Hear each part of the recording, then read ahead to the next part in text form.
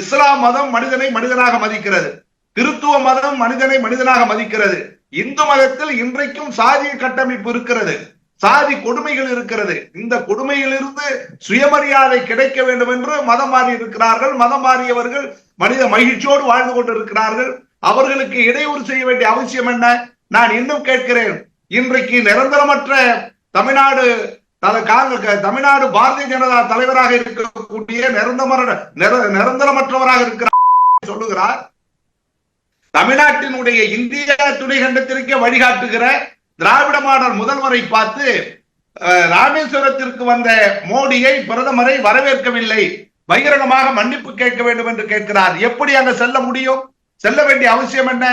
150 கோடி மக்கள் வாழ்கிற இடத்தில் ஏறத்தாழ 30 கோடி இஸ்லாமியர்கள் இருக்கக்கூடிய இந்த இந்திய திருநாட்டில் அவர்களுக்கு எதிராக ஒரு சட்டத்தை நிறைவேற்றிவிட்டு ராமேஸ்வரத்தில் நான் பாவம் கழிக்க வருகிறேன் என்று நீங்கள் பாமன் பாலத்தை திறக்க வந்தீர்கள் என்றால் அதை வரவேற்க போனால் 30 கோடி இஸ்லாமியர்கள் என்ன நினைப்பார்கள்? இஸ்லாமியர்கள் வீதியில் இறங்கி போராடி கொண்டு இருக்கிறார்கள், அச்சத்தோடு வாழ்ந்து கொண்டு இருக்கிறார்கள். பெரியார், அண்ணா, கலைஞர் வழியில் ஆட்சி நடத்தி கொண்டு இந்தியாவில் இருக்கிற 150 கோடி மக்களுக்கும் ஜனநாயகத்தை நிலைநிறுத்துவதற்கு 21ஆம் நூற்றாண்டில் வலிமை மிக்க தலைவராக கழக தலைவர் தமிழக முதல்வர் அண்ணன் ஸ்டாலின் ஒருவர் தான் இருக்கிறார். அவர் போய் மோடியை வரவேற்க வேண்டுமா? அப்படி ஒரு பதவி தேவையா? ஆகையால்தான் செல்லவில்லை, வரவேற்கவில்லை. இதற்கு பகிரங்கமாக மன்னிப்பு கேட்க வேண்டும் என்று தமிழ்நாட்டில் ஒரு சிலர்கள் பேசுகிறார்கள். வெட்கமாக இருக்கிறது, வேடிக்கையாக இருக்கிறது, நகைப்பாக இருக்கிறது.